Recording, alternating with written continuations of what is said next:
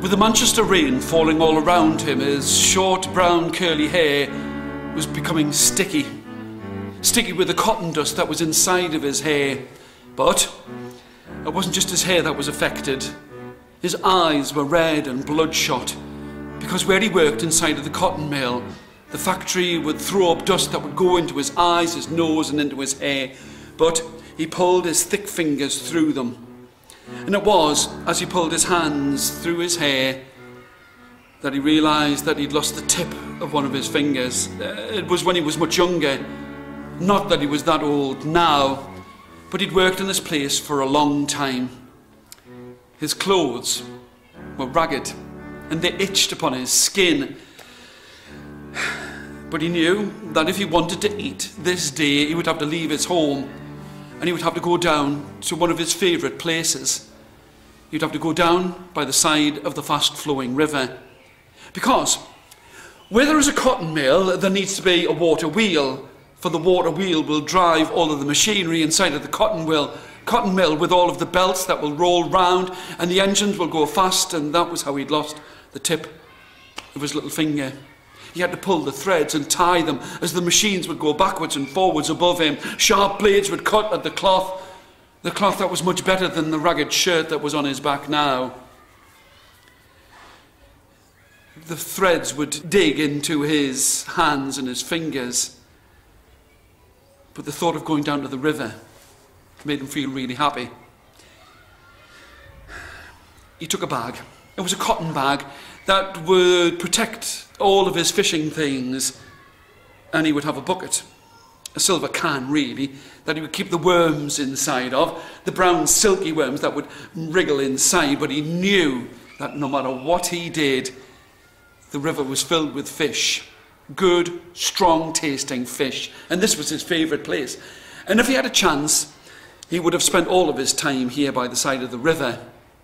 But as he went down, he thought that he mustn't spend too much time there by the side of the river. Even if his grandfather was going to be there, he mustn't spend too much time, because he needed to get some sleep. Having to start work at 6 meant that he had to get up much earlier. But they didn't live that far away from the cotton mill, and perhaps it was the sound of the fast-flowing river that would lull him into sleep. The water was fresh, the water was cold, and he knew that he could take some of the cold, fresh water home for some of his brothers and sisters. For he was the oldest. He was the oldest of 5 healthy brothers and sisters. Perhaps it was the fish that kept them alive. But now, he pulled on the rusty buckle on his trousers that had once been long trousers, but having to crawl underneath all of the machines as they went backwards and forwards, it meant that not just the knees had worn away, but the bottom part of the trousers. But this belt had been given to him by his grandfather. He loved his grandfather. He loved to be with him. He loved to talk to him. And he could almost taste the salty fish upon his tongue. He had a small piece of newspaper that was wrapped up, and inside of it, it had just a sprinkling of salt. Oh, how it would taste when he got there. As he sat down by the side of the river, he looked. He pulled up what was left of his trousers, the trousers that were made out of poor cotton, but they kept him warm. And he started to throw out some of the brown silky worms. He knew that there were fish there, for he could see bubbles going this way and that on top of the water, and he knew that this would be a good catch. And all he wanted to do was wait for his grandfather to come. But there was something. It was as he examined the water that he saw something beneath the waves. It glittered and it gleamed, and he looked and he saw that it was a cup like no other cup that he'd ever drunk out of. But it was a cup nevertheless, and he forgot all about the fish. For an instant he forgot about the fish, and he reached out into the cold, fresh water, and he pulled it out, and there he found that there was a golden goblet. I don't remember putting that in the water. I don't think the fish would have brought that either. But he took it and he rubbed it against his rolled up sleeves, and he looked, and sure enough it was gold, solid gold.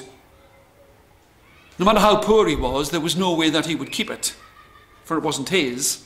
And he'd always been taught that whatever you had to earn, and he wasn't going to keep it. But he put it inside of his bag.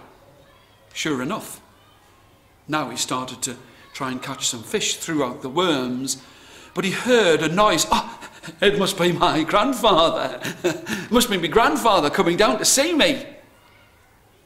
But he could tell that these were feet that were like his.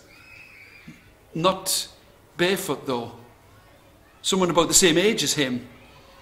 But they weren't barefooted. They were wearing shoes. And he looked and he could see